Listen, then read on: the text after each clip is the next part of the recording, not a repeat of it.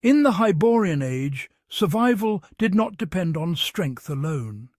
Some places punished curiosity with death, and one such place waits in this story. Today we enter one of Robert E. Howard's darkest Conan tales, Shadows in the Moonlight. Olivia, a hunted woman, driven to desperation, flees the city of Akif into the marshlands on the edge of the Vilayet Sea. Her pursuer and former master is a sadistic Hyrcanian rogue named Shah Amurath. But before he can lay loathsome hands on her, something rises from the reeds, a silent, looming figure shaped by violence. Apparently, the newcomer has his own bone to pick with Shah Amurath, having seen all his Kozaki allies and his free companions betrayed and treacherously cut down to a man before escaping into the marshes, where he has hidden out for so long he is nearly mad. The newcomer quickly dispatches Shah Amurath. Then he and Olivia hop into a boat and decide to lie low for the next little while. The man offers no explanation, only his name, Conan the Cimmerian. As the marsh quiets, the past begins to surface. Olivia reveals herself to be a princess of Ophir, sold by her father into slavery for refusing to marry a Kothian prince. She was in turn sold to Shah Amurath, but escaped.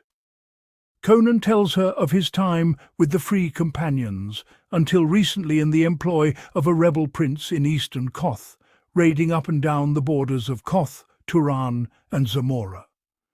They were hunted down by Shah Amurath and his men until only Conan remained, and he intends to head north on the Vilayet Sea, past the Hyrcanian encampments and into the steppes beyond. Conan and Olivia find their way to a dark and apparently deserted island and encounter a bird that speaks in almost a human tongue. Conan, looking for food, thinks he spies movement, and a large rock flies from the forest, barely missing them. While investigating, they discover ruins where stone figures stand frozen, their expressions far too lifelike. They stand atop a platform and spy sails possibly approaching the island. Deciding that the high ground of the ruins is safer than the forest, they restlessly fall asleep. That night, Olivia dreams, and the dream does not feel like fantasy. She sees a band of men with skin the colour of true black torturing and killing a fair-skinned youth. When the youth's head is cut off, a godlike figure, apparently one of the elder gods, perhaps the great dark nameless one himself, seemingly the father of the mortal youth, appears and turns the ebony-skinned warriors into the statues that dot the ruins. She wakes, convinced they will come to life in the moonlight. Conan is less than convinced of Olivia's fears, but agrees to leave immediately. They return to where they docked their boat, only to find it smashed. Conan becomes less unsure about Olivia's vision. A pirate ship makes port on the island.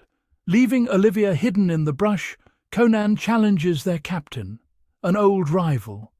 He slays the pirate captain, expecting to be made their leader, but is knocked unconscious by a stone from a sling wielded by the pirate Aratus.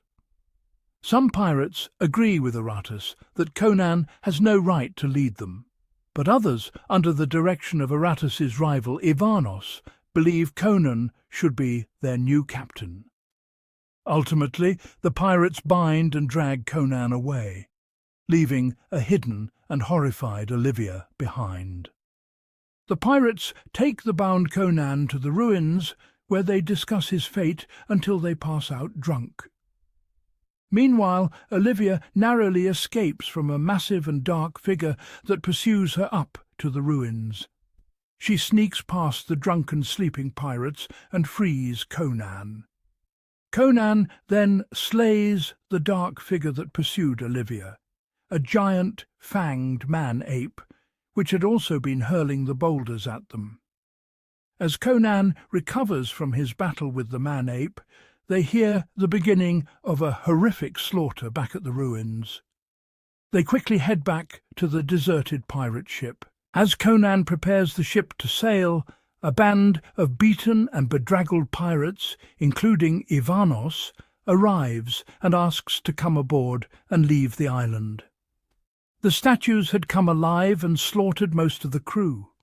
Conan challenges them, and they accept him as their captain. At the end, Olivia begs Conan to allow her to stay with him, and he, laughing, accepts, saying he would make her queen of the Blue Sea.